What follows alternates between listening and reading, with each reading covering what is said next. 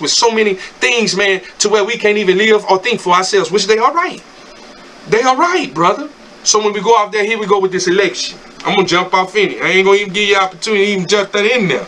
Because every time I think about it, I piss it off. It pisses me off. Okay. Now, we look at all of these people that's in the election, man, and then you look at the whole group of people, you say, who is in this election, you know what I'm saying, that can benefit us? You know what I'm saying? Who is in this election, man, that can really, truly do something for people?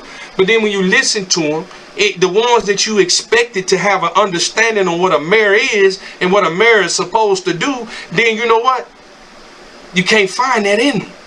You got one man up here, and I call his name. You got I can't think. Wade Hinton. Wade Hinton talking about he want to open up a Office of Economic Affairs or Development, something he got a name for. But they've been opening up all these committees for millions of years. The same railroad, bruh. It's the same thing. You want to come up here and give us a conversation about making another department within the cities when Chris Dahl, which is running for mayor, is right. Y'all been misusing, misappropriating funds, ignoring the law both on the federal and the city level. So keep Chris Dahl right there. Because Chris Dahl got some very valuable information for the community. In the aspect that he's taking of, he won't be able to do that by himself. And the thing that I like about him, he won't make no promise in front of the camera. That means that he understands that he can't make promises because there's other people around him that's going to dictate the show. Because all he is a boss who is going to give some instructions to a large corporation. Tim Kelly understands that. You got Erskine coming back talking about we need to collaborate. We need to collaborate on what? We've been having collaborations for the last 20 years, bro. A matter of fact, we've been having collaborations ever since you've been on City Council, and you're the same person that's been talking to us about getting together and collaborating and ain't produced nothing out of these collaborations but a database full of information that can't be used because no one can interpret the garbage. So then we pay other companies to come in here and try to interpret the language in which is this, but they using a Chicago mythology or a California or a Kansas mythology to try to interpret Chattanooga people. First, you got to understand that concept. They don't understand that. Tim Kelly came out and talked about the potholes. See, people look at the potholes and say our streets need to be repaired, and that's been something that we as black folks, that's been something that we've been hollering for years. But you ask the average person, why are we hollering?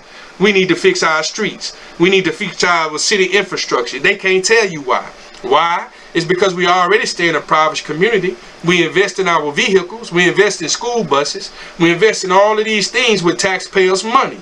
So the more damage you have to your car, the more damage you have to your city vehicles, the more damage you have to all of those things, the higher you have to raise the taxes in order to cover the repairs of that. But if you would simply just fix the street, then that will ease up on the wear and tear of the community. That will ease up on the wear and tear of city resources. That will ease up on that. They don't understand that. But they out here trying to sell us the same wolf ticket, talking about they're going to fix the same street. They fix one street right before election every time.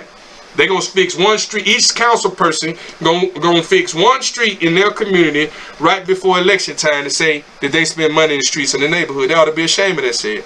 Because you've been promising to fix streets for 25 years. Go ahead.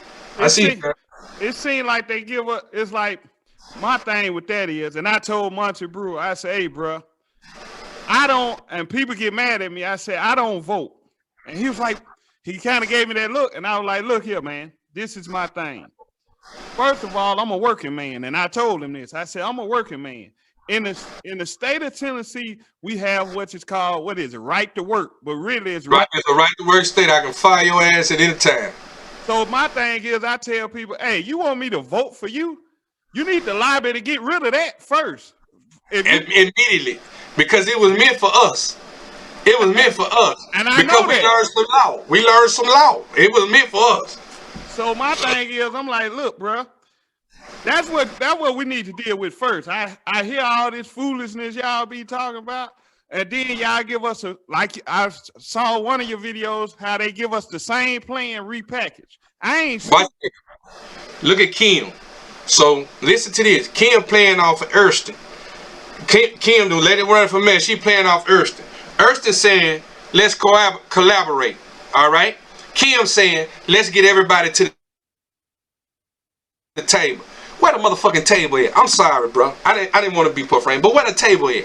We've been trying to get to this same table for 20 years. We've been trying to have a conversation at this same table that she speaks about. Where is it? Is it in the land of Lala? Have we not went inside of with many communities, many people looking for this table? Have we always been trying to get our chance in the room? And here you come selling us that same shit, expecting us to give you the vote when you already on the side of the Republicans, the people, the very people, because of their pride issues, are tearing up America. And that's sad, man. Even with Wade, that's sad. Even with Wade Hinton, I'm from College Hill Court. Anybody know me? Know that Roland McClendon Jr. is straight up out of College Hill Courts. I never even knew the man was from College Hill Courts because it's an age gap. I never knew he was from College Hill Courts until he stood on them steps. Now that's where I'm from. I grew up out there. I ain't never seen you out there, bro. And that's fact. Check this out, Wade Hinton. I'm gonna share this on Wade Hinton. And if Wade Hinton want to talk about it, he can talk to me. I ain't threatening nothing. I ain't wishing no harm. But he know I'm telling the truth. But I ask that if he do approach me after I make these statements, that he first go to God and he first talk to him, because I don't want to hear no compromise or no sympathy on nothing, because this is the honest to God truth. Wade Hinton, I figure from what my brothers have told me, is a good man. There's some things about Wade Hinton that he has done both positive, and there's things that he may have done along the way that did not support the views and values of others. I'm not going to never tear a man down, but I am going to pick out truth on this. See, Wade Hinton got a white woman and biracial children. That's a barrier, because that's a part inside of him. No matter what he do, he can't cross. So he can afford to be black, but he can't afford to be unapologetically black. Because see, that when you unapologetically black, you're gonna step on some toes, you're gonna bruise some knees, you're gonna break some shoulders, and people got to understand that. And see, then he held himself. He created his reality to where he speaks in a way, and he stands above people in such a manner that, you know what I'm saying, that makes him to be this person on the high echelon. But see, there's people like me and you that understand you on the same level we are, because they can take that from you at any time. But see, inside of lawyers, this is what you have to be careful of. There's always a promise. There's always a promise with an attorney. Attorneys, they in the attorneys that make money. They're not in, being an attorney is a business. You know what I'm saying? You attorney, I'm an attorney. I'm going to say, hey, man, look, I need some help on this case over here, because you work good in that area. And there's going to be times that you call me and you're going to say you need some help on my case because I work good in this area. They talking about a public pretender. What they have to understand is the public pretender is an employee of the state. Is an employee. So it means that he is bound by ethical duty of the state. You take a better chance of going out getting a second job or doing some hustling to hire an attorney who may just have a little deal he got to pay with his partner over here before you go over there, man, and go with a public defender, because he is an employee of the state bound by ethical duty. So what I'm saying is, it's a Wade Hinton is an attorney. He got a lot of promises out there. It's a lot of things in his life that he ain't closed up. This position here would allow him to fulfill promises beyond any level that he was, so that the black community was never intended. That's the reason. That's another reason he can't never be unapologetically black. And anything around him is never going to be unapologetically black, because he can't afford it, because his reputation is on the line. And then you got Russell. Go ahead. And I know you ain't lying on. Let me say this about the attorney part. I spoke to a dude. I just did an interview with a dude in the streets, and I released this. And he gave me some game that I didn't know, because I'm not a street cat. He said once you go to certain attorneys, they might have a favor they owe to the DA. And he said even if you pay them, they might still burn you just because they trying to get that favor off their back. And so that just to speak to what you saying about these attorneys and him being an attorney, and not only him being an attorney, he was the city attorney. So that's the highest attorney in the city. So I know you ain't telling no lie. I finna give you one better than that. You know what I'm saying? They say you should never talk about nothing unless you can produce evidence. I'm gonna ask you a question. Okay. And you gonna answer this question just the way I intended to. I ain't no psychic and I don't know nothing like that. because you gonna know it's the truth. Okay. But first, before I do that, I'm gonna make this statement. Some attorneys in the town, when you got an attorney in the town who knows law, who has invested in himself, and he know it's so good that before you can even think about try to trick him up, that he will hand you your ass in your hand and make you walk away. We learn, we live away in this life to where if you live in crime, you learn who those are, who those lawyers are. You know who those ones are. And that's who you gonna go if you a hustler or a baller or anybody that's involved in anything that ain't right. That's who you gonna pay your money. So in this city of Chattanooga, Tennessee, and the other city of Chattanooga, Tennessee, because it's two of them. It's two cities. It's one for whites, one for blacks. It's two cities. Little more and friends spoke on that. If you don't want to live in either one of those, you know, that's the reason you got your county and you got your city. It's two cities. And if you don't want to live in all of that county stuff side of it, you know, all that Hamilton County side of it, all that, you know, the higher echelon. But then we get back over here and it's the city. You two cities right there. And then if you don't want to live in that one of them, you go to the North Shore. And when you go to the North Shore, everything's acceptable over there as long as you behave yourself. But one is though, if you get your ass whooped in this city, if the police put their hands on you, if the sheriff put their hands on you, if anything goes down with any city department with you in this city criminally, who you going to hire? Who am I going to hire? What lawyer you going to hire? They program you to go hire, what's that boy name? Robin Flores. That's what they program you. Robin Flores, who is the only lawyer that can walk in the courthouse with a checkerboard coat on. People say, why he got on that checkerboard coat? Because he stand apart. He was never supposed to be a part of them. Robin Flores knows the law so well that he will hand any city official their ass right there in front of that room, and they know that, so they respect that. Robin Flores can sit in a room with you. He ain't finna see you unless you pay him a consultation fee, because his time is worth money. And when you sit in that room and talk to him, you may be and pay him $200 for that conversation, $100 for that conversation, whatever he charge you. But when you leave there, you're going to know if he going to take that case or not, because he going to tell you before you leave. And he going to charge you to tell you that. Now, he is a good fella. He'll be telling you, I don't think you got a case here, but if you want to pay a consultation fee and come in here and see what I got, I'll tell you what you got. But when he walk in that house, when he walk in that courthouse, Robert Flores go in for any other lawyer, and he handle his business, and he walk out of that courtroom.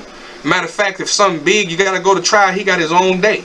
Ain't nobody else going to have court on that day, because Robert Flores is in the courtroom and he's trying the city of Chattanooga or the state of Tennessee, and every news outlet in town is outside. There has to be something connected to law that makes an understanding on how the system works. That's the reason that you have certain city officials that should be pushing reform. You ain't heard damn mayor talk about reform of the criminal justice system consistently. And Wade hitting a lawyer, that's one area that he could have won in if he just would have used logic and truth and been just not afraid to cross that barrier and be unapologetically back. Anybody that put him in the office is a sellout to the black community. All he want to do is make another economic office to fuel money and take care of his debts, take care of his promises. We don't need him in office. He don't have the credibility. They look at the millions of dollars he lost on the light project. He's not the one that did it.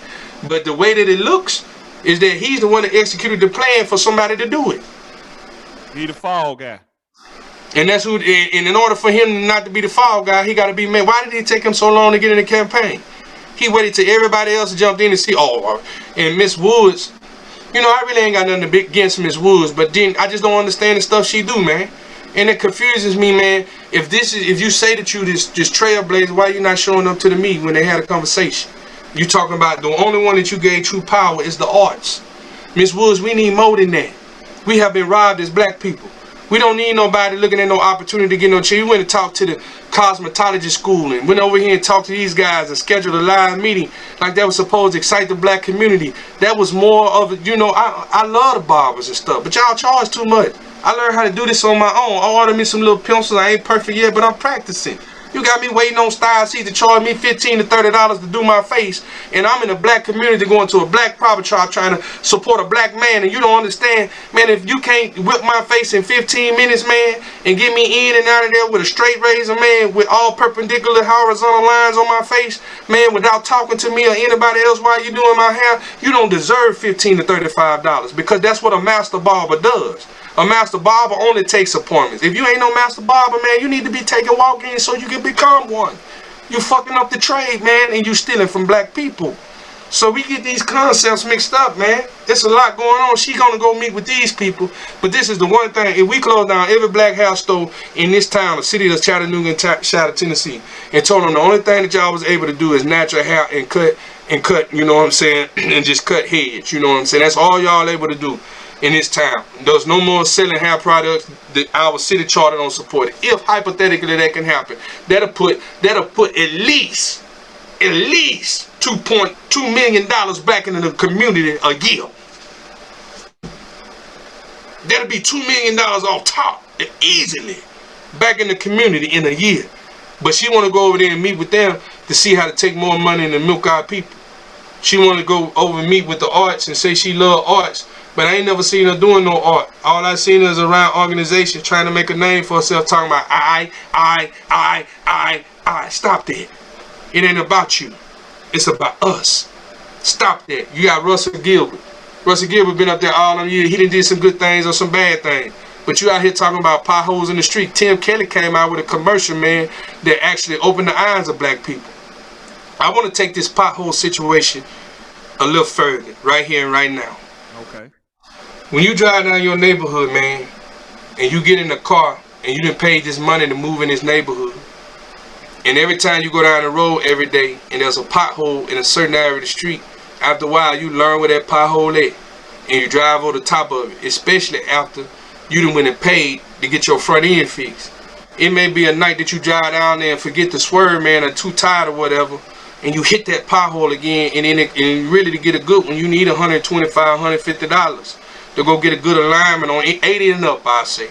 So now you done knocked that car out of line, you done messed up 2 tires because you done drove around 2 weeks before you realize that it didn't happen. You done got to spend that money, now you got to rotate your tires and to buy at least 2 more in order to be able to drive down the same road just to go to your house every day, and you don't get mad about that. You don't get mad about that. You know why you don't get mad about that? Because they've been promising you that they were going to fix the streets for 20 years. And you believe it. And you don't go down there to the city council meeting and raise hell. You don't call the police, file a police report, tell your insurance company about it so they can file against the city too. Because we've been programmed that that's acceptable. You see what I'm saying? So our whole lives, we drive down streets. We drive down streets, man, and we hit potholes. And we continue to drive over them and make an investment into those communities, man, by paying our taxes. And we allow ourselves to be put in a category to where we start to accept things that shouldn't be all right. If any dilapidated building on my street and I'm paying taxes, property taxes, a home, if I'm living in an apartment where I pay taxes, if anything dilapidated, I got the right to say something about it. If they're hanging on the corner and they're doing things that's going to put me and my family in danger, I got the right to say something about it. And when I say something about it, because I'm a taxpayer, you're supposed to do it. If you're not talking about that, you ain't talking about it. When people set up businesses in your neighborhood and they only want to cater to one type of people, I want them shut down. Because it has to be inclusive to the neighborhood that you in. It has to be something that's valuable for all of us. All of us have, all of us can't make no money, if you're not feeding us, if you're not providing a service that's for all of us, if you treat any of us different, I want you shut down. I don't care if you're a barber shop, I don't care if you're black owned, I don't care what you is. If it does not add to the vitality of life in your community, shut it down. Yeah, black people, that's what needs to happen to you. Because everything that we encounter from this point on, in the point that we're in America, it should defend us. Because we should no longer have to defend ourselves. All we should have to do is speak. We're at a time of transition to where we truly do need to be deprogrammed. You need to put all of anything that you have within yourself, you need to put it aside. I've been saying we at war, man, and they didn't believe it. Now look, we in insurrection. I said, man, y'all still, we at war, man. I've been saying this for a year and a half. Nobody listen. And then now I'm saying, I buy your ammo, buy your guns, and now we're in a situation where you can barely get them. Get your essentials. Now we got 6 variants of a disease that y'all don't think exists, and we got over 400 million people, 400,000 people, you know what I'm saying, dying on a daily basis. We've been taking injections in our communities, and they're saying that now a new injection coming with an F rating for fighting off the virus, but they say it's got a 65% or 95% chance of causing stopping severe disease. Wait a minute, bro. How can it not be effective against the virus and stop severe disease? That just don't make sense to me. So brother, I'm saying we in a time to where we need to stop denying reality and accept reality for what it is. We need to start to extinguish the biases that we have inside of us that separate the compassion that gives us the ability to love one another. And if we ain't willing to fight, we need to get the hell out of the way and let the ones who are willing to fight for us until we learn how to fight for ourselves. We didn't ask to be here. We have now been subjected to a way of living that has been taught to us, and we have to bring our families to the table and have a discussion